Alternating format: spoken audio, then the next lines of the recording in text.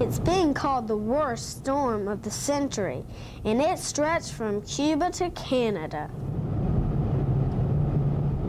The winter storm of 1993 caught the eastern portion of the United States by surprise.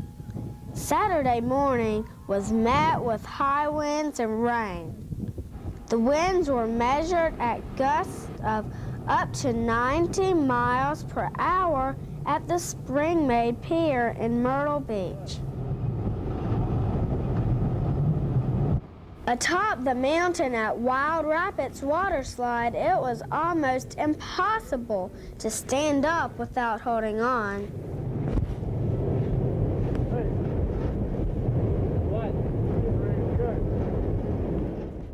One very visible effect of the storm is the beach erosion that occurred.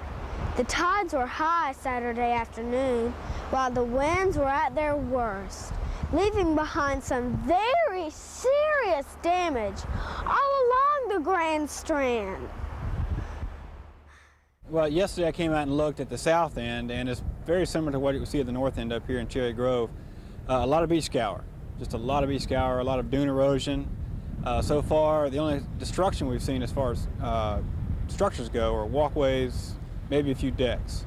There's been Mark Caldwell with the Coastal Council says it wasn't as bad as it could have been. The erosion from the storm has also revealed debris along the strand, some of which has not been seen since Hurricane Hugo. A major portion of the Surfside Pier was claimed by the estimated 20-foot seas on Saturday.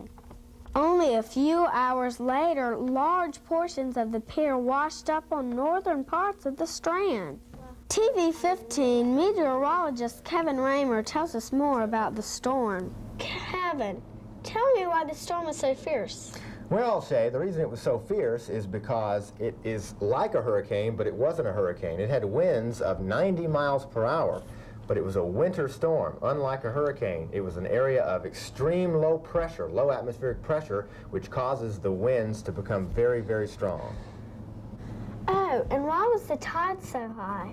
Well, Shay, this storm again was an extreme area of low pressure, and when you have low pressure, it causes the water level to rise a little bit. Plus, the winds were very, very strong out of the south, and that pushed the waves onshore around high tide. So that's why we had seas of 20 feet.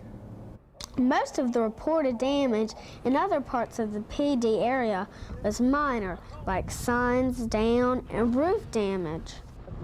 While most people began to clean up from this storm, all the effects will be felt for years to come. On the EarthWatch, I'm Shay Corbett, 15 News for Kids.